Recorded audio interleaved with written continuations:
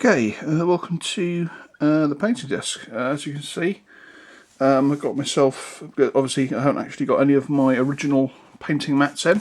I actually picked this up especially, and some of you might recognise it as the same type of mat as Seventh Son uses. I basically just asked him where he got his from, and he told me, and I managed to find the same, well, I think it's a different colour, but it's basically the same mat.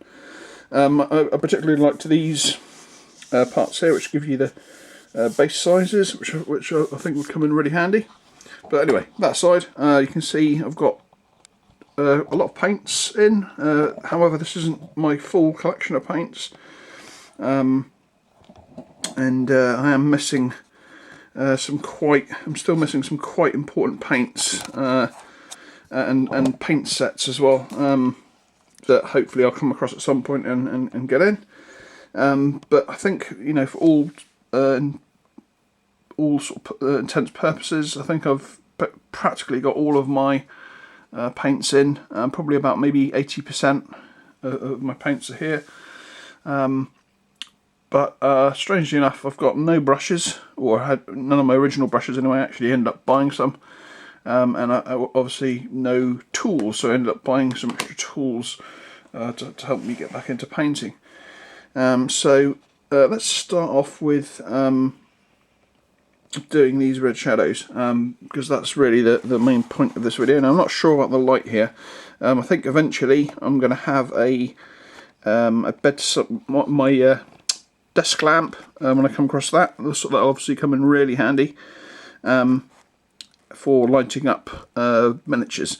Now, so let's get on with these guys. So these guys I basically found by fluke. Just one day I was scanning through my my Facebook feed, and I came across this advert, and the first thing that sort of took my fancy was that they were doing like Blake 7 Federation Troopers.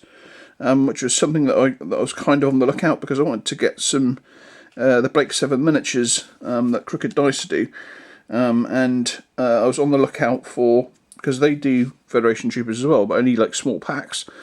And I came across this company. I'll show you their card. So this is 3D Kingdoms, and they've got a really good range actually. They do. Actually, I've got my eye on Cylons and Colonial Warriors, actually, from Battlestar Galactica, that they do. But anyway, as I was sort of, you know, I decided to go to their site and have a look. And as I was sort of scrolling along, I came across that they did red shadows. Now let me just grab one and sort of bring them into the screen closer. Now, if you're not familiar with red shadows, and I'm sure everyone of my generation, bearing in mind I'm 50 now, will certainly remember the old school Action Force, which strangely enough were basically like the British form of G.I. Joe, but of course these were kind of given the Action Man name, Action Man being of course the British version of G.I. Joe, more or less. Now, if you remember back in the day when these guys were in their sort of 1/18th figure size, they had very basic articulation. They literally just had moving legs, moving arms, and a swivel head. And they always had those really strange arms that were sort of fixed in a certain position. And the strange thing was that these guys came with like a bazooka as their weapon, which I always found really strange, because whenever you saw them in comics and stuff, they always had rifles. Now, as you can see, this is basically a bog standard red shadow. They kind of look like Germans, and I have actually come across a picture a long time ago, actually, of someone who had converted a whole bunch of bolt action Germans into red shadows. And I've got to admit, I was sort of on the clasp of doing that at some point. These guys are, I suppose you could say, they're a little bit on the small side, because I think they're like a true 28 mil, which is why I've put them on slightly thicker bases, so that they sort of fit in. Because I kind of planned on, initially I thought I could use them for core space, I could use them as, like, you know, gang militia or whatever. But also the idea of perhaps using them in spectrops came to mind as well. You know, they could just be like some generic insurgents or whatever. You know, maybe part of some sort of cult or clan or something. But yeah, you know, the basic figures, they're pretty cheap. I think they were like sort of just over £10 for like 10, and they're all in individual positions apart from 2, which are basically both kneeling.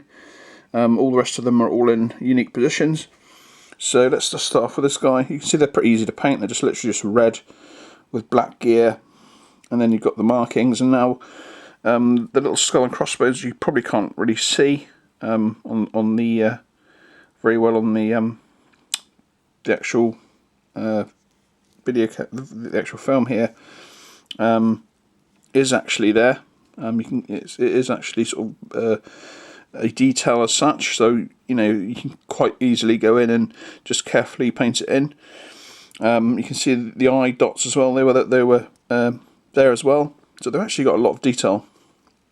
And even the rank slides, the patches are there, so you can paint the black triangle and then just paint the white chevron on, and it's quite cool. They come armed with kind of AK-47 type weapons.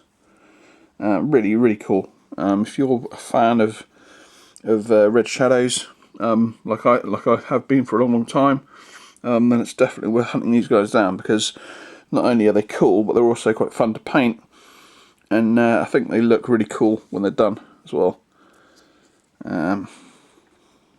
So as you can see, I mean, they're all basically the same, like gear wise. Here we have one throwing a grenade.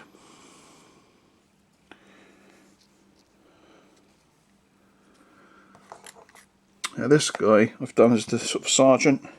Had to use a bit of creative license. So basically what I've done is I've given him 2 stripes and like a sort of a triangle for a made up sort of rank slide for sergeant, and I've given him white piping on his collar to sort of denote him from the rest. Plus he's in a very sort of sergeant-y position. Then we have, let's do the 2. Actually, thinking about it, I mean, even though these guys are both kneeling, they are actually in different positions. So I was slightly wrong in the fact that they are actually all unique position-wise. So you've got your 2. You've got one with the rifle up, one with the rifle down. So you can see that even though they're both kneeling, they are actually different positions as well. And then we have German 2s now. So we have these 2 here. Again, you can see different positions.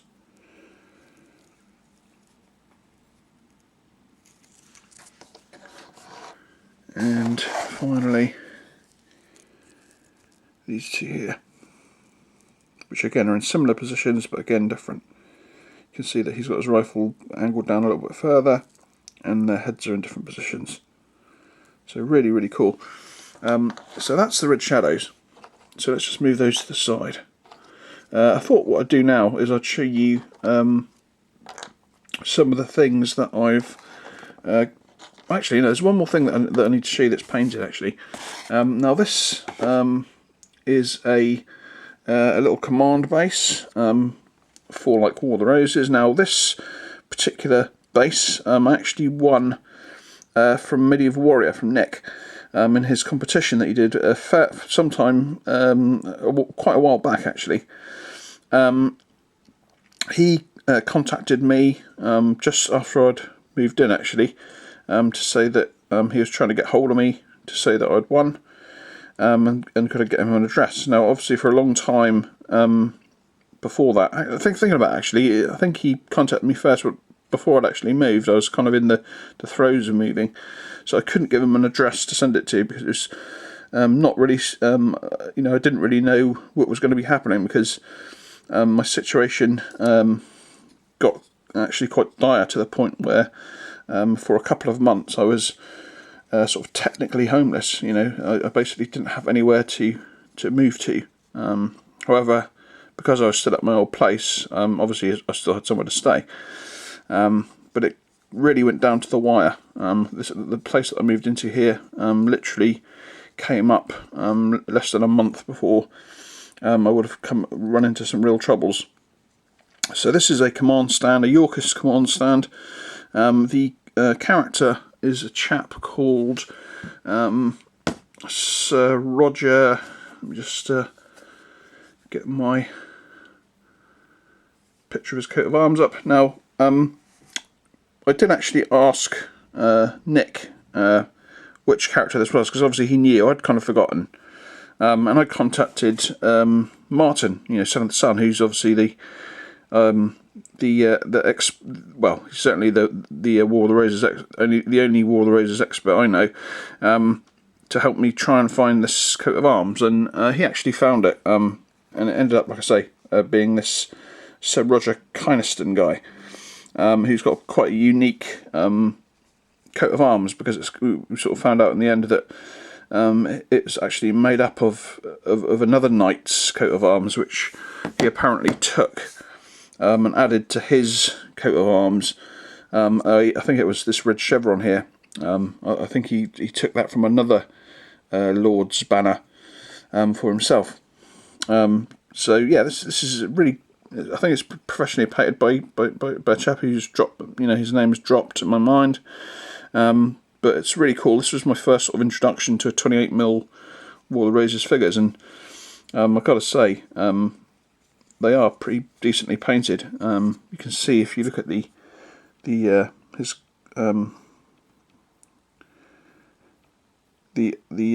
work on his front there. It's really pretty well done. I think it's probably done by Pat's Graphic Pen, I think, which of course is a really good idea if you want to get in and do really intricate details. But yeah, really nice figure. Now I do plan, I actually have plans to do a little kind of War of the Roses army myself. Now obviously, because I'm in such a small flat now, I think even though I've sort of measured it out, I could sort of theoretically get a 6x4 table in here, but it would really be a squeeze, and I certainly wouldn't be able to get in the room in my wheelchair, because now I'm unfortunately more or less in a wheelchair all the time now. I mean, obviously I can still stand up and use crutches, and all my crutches and my stick to sort of move around to a degree, but I really can't walk very far at all now. So theoretically you could fit. I mean, if there's, at the moment, obviously I haven't got a table that's suitable for that. I haven't got any sort of I don't have to sort of think of how I could even set that table up, because I've obviously still got my boards, but I've got no way of nothing to actually put the boards on. So I'm kind of thinking of ideas in my mind how to whether I can find some trestles or maybe 2 folding tables or something like that perhaps I could set up a obviously it wouldn't be a something I'd do all the time, because like I say, it would take up the majority of my sort of living room is sort of that way, and my kitchen's this way, so technically my painting station's in my kitchen. But yeah, I mean, it's possible. I was sort of also thinking of perhaps cutting a foot off my table and having a 5x4, because I think that would actually make quite a bit of difference in the amount of size that you've got to actually move around the table. But again, it's all kind of up in air. I think I could pretty easily fit a 4x4 in here, and have minimal. I think I could probably get my wheelchair in still. Although it'd probably be better for me to sit on a separate stool or something while playing. But yeah, this guy's really cool. Obviously, I might well do him as a little the equivalent of a division of troops for him, perhaps. And I'll obviously change his base to fit in with the rest of the guys. But for now, he's really cool. and he kind of made me, take that little jump into building a little 28mm War of the Roses army for the future. And obviously, when I show you some of the stuff that they've got in, I've got some boxes of War of the Roses infantry, knights, and a box of cavalry. But yeah, that was really cool, and a big thanks to Nick for sending me that awesome prize. So let's go on to something different. So going back to that company, 3D Kingdoms. When I was ordering my Red Shadows, I also had to order their Federation troops from Blake 7. So basically they do two sets. They do a squad of troops, and they also do a pack of officers, robots and casualties. So I picked them both up, and again they were really quite decently priced. I think there was a little bit of a sale on, so that all of them had sort of £3 or £4 off their prices. They come in this, I've got to say, I'm not a massive fan of this resin that they came in. It's kind of like a green clear resin, but you can see that they're really quite detailed figures, and they look really good when they're painted up. Obviously once they've got an undercoat on, they paint up perfectly fine, because obviously the Red Shadows came in the same plastic, or the same resin rather. But you can see that again all of these guys are in their own individual positions. We've got guys with pistols, guys with rifles. I'm not going to show you all of them, but you get the general idea.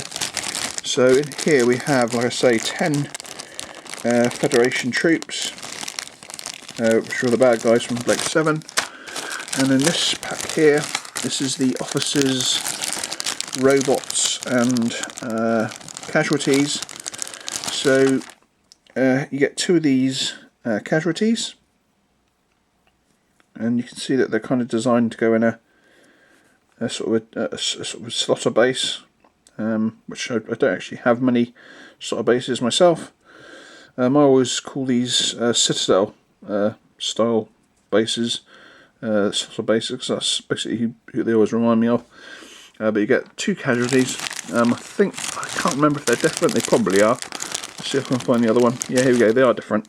So you get one on his back and one on his front. So that's really cool. You get a whole bunch of robots. So I think you get 4. Oh, 5 actually. Thinking about it, actually, I think you got 1 robot in the Federation box set, or Federation pack. But these are the sort of the Federation robots, sort of combat robots. You can see this one here is deploying a cannon, and you get again. I've got 4 of those. I think, like I say, I think 1 or 2 of them might have come in the troop pack. But again, all of them are in separate positions, which is kind of cool. And then you get a bunch of officers. So these are basically more or less guys with helmets either up or off. And again, you get a sort of a combination of a few with helmets down. I think this guy might possibly be one of the Federation troopers that's got mixed in with the officers pack. I think, I could be wrong. Here we have, I think this guy is a character from a Blake 7 episode, because I recognise the sort of jumpsuit he's in. So I think he's meant to be like a character from one of the episodes. He was a sort of a Federation sort of spy, I think he was. It's been a fair while since I've seen Blake 7, so also here's another guy with his helmet up. And finally, I think this is meant to be that robot, the one from the second series, where it's like he's in a sort of a box that they carry around. I think that's meant to be him. I can't remember the name of it offhand. But yeah, really cool really cool figures, and yeah, I definitely recommend checking these guys out if you get a chance, because they do some really quite unique packs of different types of troops. And like I say, they do old school Cylons and Colonial Warriors, which is something I might well take a little dive into at some point, because like I say, they're really well priced, and they're really good figures. So I'm going to sneeze for a second, so excuse me. Whew. Okay, fake sneeze, that's great. So let's go on. Now, another thing I managed to pick up was actually the Blake 7 figures from Crooked Dice.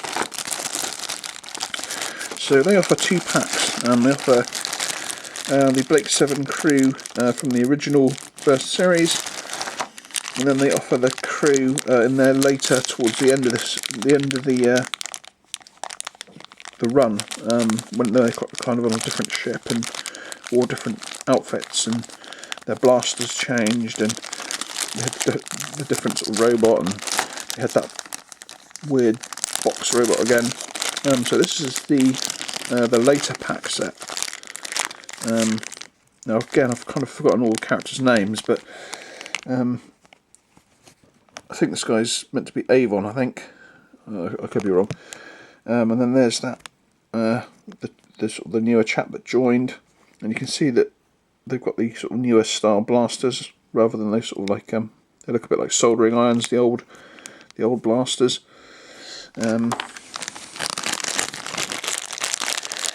What else do you get? You get, oh, just drop one. You get obviously the same robot as what the officers pack had, and then you get the main ship's robot, which is this thing here. Again, the name has temporarily slipped my mind. And then you have 3 other crew members. The 2 women. So this is the African woman. Sort of, I think she was like a scientist's daughter or something. And then, of course, the last sort of crew member from the original series. And then this chap here is also. He was kind of like the silly one, the clown, stroke coward of the group. He was obviously still around too, and yeah, really cool figure, really good set actually overall. So that is the sort of the later Blake 7 crew, and I think these are from Crooked Dice, like I said. So let's get those guys out of the way.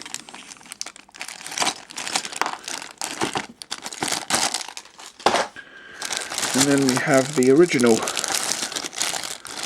Blake 7 crew. These guys, of course, have got the old school blasters. Now again, I couldn't. Well, I think this is Blake himself. I think you actually get, like, strangely enough, you get 3 versions of Blake in this set. That's one.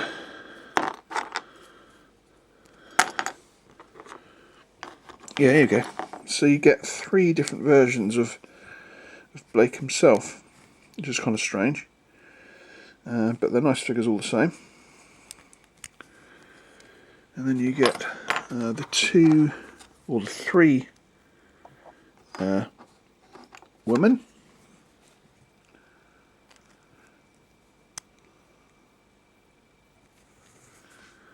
And there's, I think this guy's called Avon. There's the original Avon, and there's the original sort of the cowardly guy, the whiner. Really cool figures, and like I say, I plan on using these guys for Core Space, because as I keep crowing on about, Core Space is an awesome game. You can play it solo, you can play it on a 4x4, and you can play it on a 2x2 if you want. And of course, you can kind of basically create your own NPCs and stuff for it. So these sorts of things are really cool, and I suppose if you really wanted, you can kind of make up your own crew out of them as well. So that's some of the stuff that I've had in. Here's another little box. Now these guys are from Brother Vinny's. I've had my eye on these guys for a long time actually, and I think it was during Black Friday. They had a 40% sale on, which I just couldn't let go. So I ended up basically getting everything I wanted that I liked on their site. Now the first thing, strangely you might think, are these female, supposed to be like female Imperial Guardsmen. All of them, I think most of them are in individual positions, some of them are kind of doubled, but they're really cool figures, and again I got these I had my eye on these for Core Space. Finally got them, and of course with 40% off they're damn cheap, so I picked those guys up, and I'm really chuffed with those actually. I also picked up a couple of single sort of Guardman characters that they do as well. So I picked up a medic, who's obviously in the same style of uniform, and I also picked up like a naval officer, or somebody who could be the officer. And again, you can see that these guys are kind of aimed at the 40k market. Got a chainsword, and in a sort of Imperial naval uniform. Thought that would make a cool sort of officer for them. And the last two things I picked up were, if you remember, a while back, I painted Rocksteady and Bebop from Teenage Mutant Ninja Turtles up. I really enjoyed painting them, and I had my eye on some of their other Turtles figures that they do, so I had to pick up their equivalent of Shredder. Here's this chap here. You can see his old school Shredder from the animated series, and also the Turtles themselves. So in here we have all four Turtles, and obviously they're armed appropriately. So this guy, they don't actually have, obviously because they're like copies of the guys, they're not quite 100% accurate, so like this, they don't have their name belts on, but obviously you can tell who they are by the weapons they have. So I couldn't tell you which particular turtle is which, because obviously all of them have their separate arms that denote who they are. But I'll show you the sort of basic bodies. No doubts who they're supposed to be, basically. But they're really cool figures, and I'm really chuffed to have them. And like I say, I think this cost me under €50 for all of them. And the Guardsman's normal price was practically, I think, like €25. I think they are normally for like 8. I think these guys were near on maybe 15 or €18 normally. Obviously I got these directly from Brother Vinny's and not through the sort of the UK guy that I got Bebop and Rocksteady from. But yeah, really chuffed with these chaps. I think they'll pay up awesome. I'm basically, because I haven't got any of, I don't actually have any Napoleonic unpainted figures from my still to paint collection actually in my flat at the moment. They're all still in storage, including a whole bunch of sort of Perry's stuff as well, like my field ambulance, my surgeon's cart, I've got batteries of guns, I've got all my spare figures, all my the sort of the cavalry boxes for my French cavalry division I was doing, etc, etc. So I've actually got a lot of sort of unpainted Napoleonics to sort of get in. So that is my little brother Vinny's haul, and I was obviously very happy to have those at a 40% discount. So now let's go on to well, obviously I'm not going to bother showing you those. That's basically stuff that I've got free with War Games Illustrated.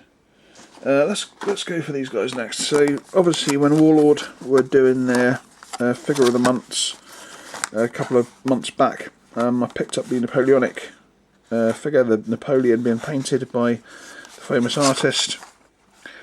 And I've got to say I was pretty impressed by the fact that you actually got a little... I was always really scared about doing the actual painting itself, and I was really happy to find out that you actually got a little cut out version of it that you could actually just stick to the easel, which is what basically the sort of thing that ticked the box for me to decide to pick it up.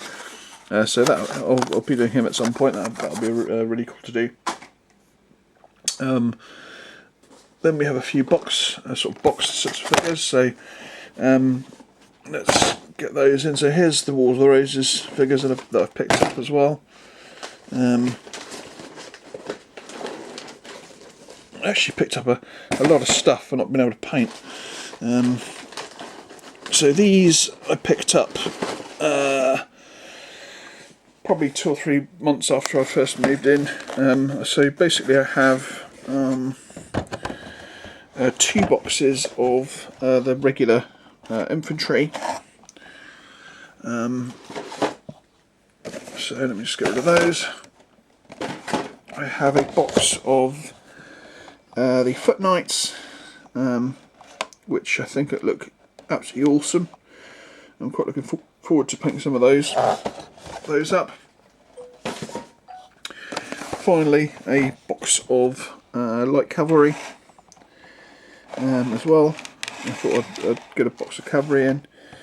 Now I do sort of plan on doing a little army for both sides, so eventually I'll be doing both Yorkist and a Lancastrian little army.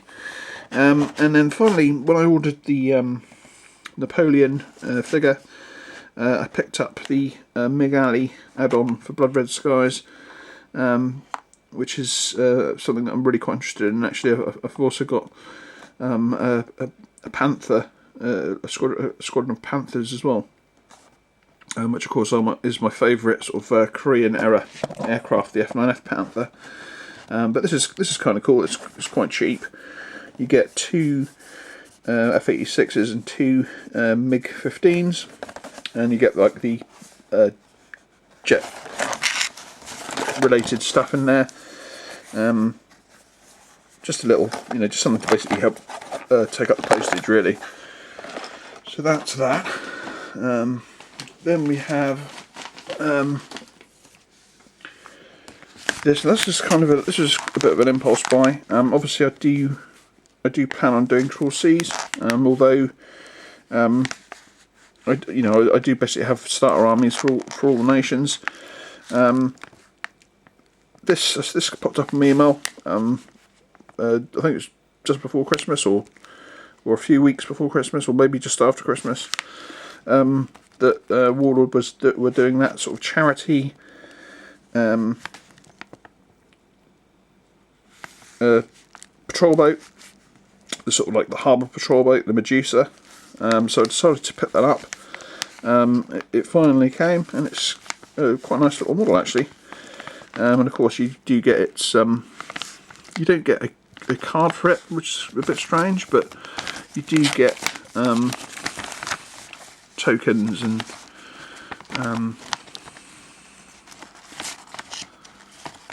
flags, and obviously the model itself.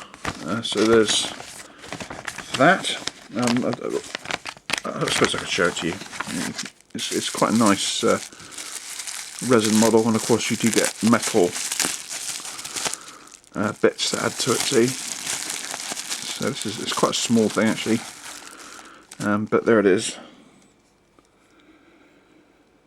So that's HMS Medusa, and in here we basically have its armaments, its flags, its mast possibly. Yep, it's mast and the crew and guns. So that's the Medusa. Also, over Christmas, I picked up the well, actually during December more so, the advent calendar from Mantic, the sort of the miniatures game type advent calendar, which I actually really enjoyed, and I was really quite surprised by the quality of it. Now, I could theoretically go through everything that you got on the calendar, but I think for today I'll just go through the miniatures you got, because I think these guys were the crowning thing of the actual set itself. Obviously you got some really nice furniture too, but these are the figures that came in that advent calendar. So you get a sort of a Plaid-in, and you can see he's kind of Christmas themed. He's got Christmas presents around his feet. These are resin. Really nice figures. You also got a goblin with a Christmas hat on. You get the dwarf barman, who's actually a sort of a reprint of a figure that originally came with the Dungeon Saga Kickstarter. I do actually have the original guy, and obviously they've added a Christmas hat to both him and his bulldog, but quite a cool figure all the same. Then we have a dwarf who's holding a turkey leg, sort of a steampunk-esque type dwarf, so he's kind of like, you can use him like as an engineer dwarf or whatever. And he's got his tankard and his turkey leg there. And finally the two Filmer miniatures, which I think have a sort of a crowning element. I think they're really good miniatures. So here we have a sort of a human, probably human barbarian, female barbarian, or maybe a rogue. She's got a tankard. She's sort of got her foot on a couple of presents there, and a forgotten a barrel, a small barrel, and yeah, really cool. And then the elfin female, who's probably my favourite figure. Really elegant looking, holding a sort of a candy cane-esque type stick, little witch's hat, and a really nice figure. So definitely, I was really happy with those figures, although they're not really my thing, because obviously they're kind of fantasy-ish, but apparently next year might well be like a sci-fi themed advent calendar and little game. Now I haven't obviously played the game, in fact I didn't even have superglue until about a month ago, so these guys were kind of, you know, as I was sort of opening the advent calendar up, I was kind of literally just putting them in a box to be kept for later. But I'll just sort of quickly show you some of the other stuff that came in the calendar, because I keep it in one of these like takeaway boxes. So let's open it up and get an idea of the quality of stuff that you got in it. So in here is all the stuff that you got. You can see that you got your tokens, you got your furniture. So here's like the bar and tables and fireplace and benches and a whole bunch of little tiny accessories like barrels and bottles and candles and food and like a fire, like a lit fire in a fire grate thing to go inside the fireplace. Another bag of tokens, a couple of dice, literally everything you need to play. And there's even a couple of like fire braziers as well. Really good idea. And it came with the rules, and also the board came as part of the advent calendar too. So yeah, I was really happy with that. That was you know, I think it was like £30, which sounds a lot, but I think it was a really good idea. And I'll definitely think about getting the next year's or this year's other things. Now we're sort of getting towards the end. So obviously when Martin started his Ragged Staff figures. I had to pick them all up, so I picked up one of each. In here, they are brilliant. So I'm quite looking forward to doing those at some point. Also, we're getting down to the sort of last things now. So the final thing I want to show you is basically just the bunch of miniatures that I got from my Gangs of Rome Kickstarter. Obviously I got the rulebook, tokens, and the figures. And although I won't go into the bags, I'll just show you the figures that I got. So I basically got all the figures. So, 2 brawlers, 2 Vigiles Barney, which I guess are like the sort of street cops. Got, I think I've got 3 bags of those guys in various positions.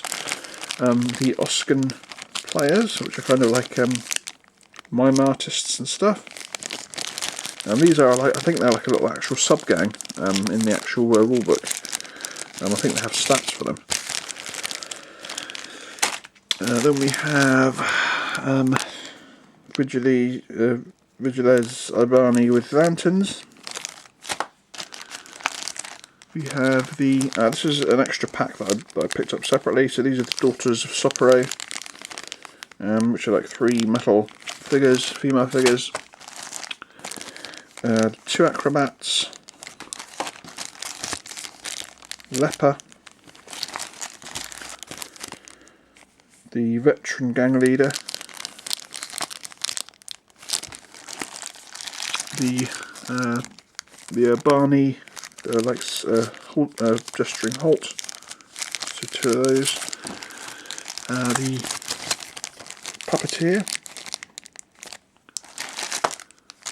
the thieves, and finally I think this guy was the Kickstarter exclusive figure that you got if you ordered within the first 24 hours. He looks pretty cool, to tell the truth.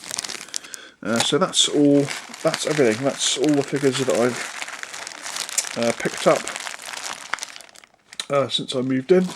Now I have actually there are actually a couple of things that I actually forgot to bring over,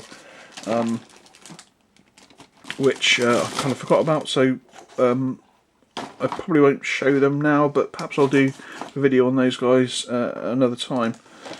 So that's basically more or less it. It's good to be back to a degree. I'm not saying that I'm going to be regularly doing videos, and that probably won't be happening until I fully get everything in, but I might well do the odd update video to keep you informed of what's going on.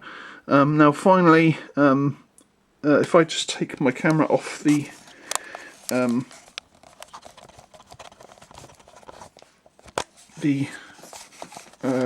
what's the word, tripod, so basically I'm just going to show you, do a swing around and show you the area that's going to be my painting desk. So here's, as you can see, is the kitchen. It's not really, strangely enough, it's not really wheelchair friendly. It's kind of too high. It's not, I wouldn't say it's the greatest designed kitchen in the world, but it is a kitchen. I got my air fryer there, which I got for Christmas, which is excellent. So there is a good part of my Napoleonics, stacked up in there, really useful boxes. And on top of the fridge we have the rest of them. So they're nice and safe and in the flat. This is my new painting table here. This is from IKEA, and as you can see, I've got a lot of, even though some of these are empty boxes, I have a lot of room under here. This is actually going to be moved out eventually. That's kind of I've got paperwork and stuff in there, important paperwork and stuff. That's just there temporarily.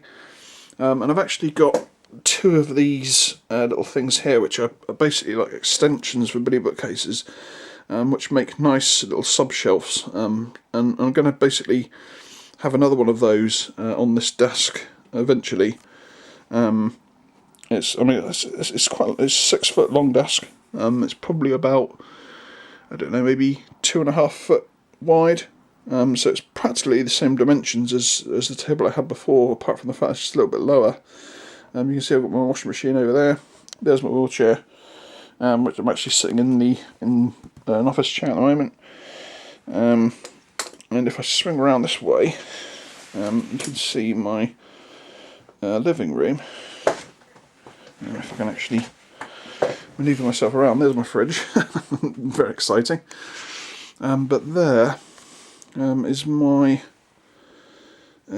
sort of living room, basically. So you can see that. In fact, actually, if I zoom in, you can see the old my old beach buggy that appeared in one of the boxes. So that's back out my Scooby-Doo themed beach buggy.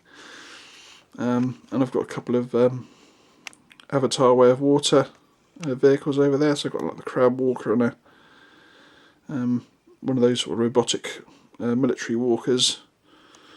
And then I have my my Blu-rays, 4Ks and collection over there, all in sort of blue bookcases. And that's not my sort of full collection, that's just films that I've watched. There's like a pile of my to watch pile, and the rest of it's actually takes up that bottom part of that little blue bookshelf there.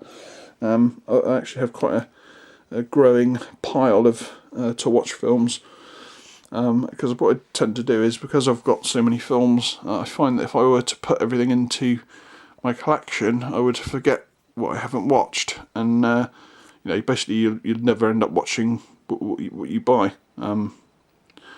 which of course is always a problem when you have so many films. But there's the remnants of my little Christmas tree that I had. But yeah, you can see that I do take my physical media collecting quite seriously, and obviously me not buying miniatures has boosted that part of the collection a little bit. Up very top here we have some of the DVDs that I decided to keep, things that you can't get easily on Blu-ray. There's some absolute classics actually in just that. That's, I think I've got like another box of saved DVDs that I kept, because you either can't find it on Blu-ray or it's out of print. And this, at the end of the day, apart from, I think the thing that I dislike most about DVDs is that their case sizes are a lot taller than Blu-rays, so they don't fit. You can't fit as many in the shelf. But where they're actually situated, I actually struggle to actually reach, to tell the truth. When I sort of stand up, I've got, my balance is so bad now that I'm always sort of worried to stand up unaided. I have to kind of hold on to one of the bookcases, and I actually have a little bit of trouble getting films from up there. So it's quite lucky that I don't generally watch that many DVDs. But I mean, I kind of struggle getting to that sort of top shelf, and they're all in sort of alphabetical order. But yeah, that's the my Blu-ray collection, or most of my Blu-ray collection. And yeah, so that is the end of this little video. Hopefully, like I say, I'll be back.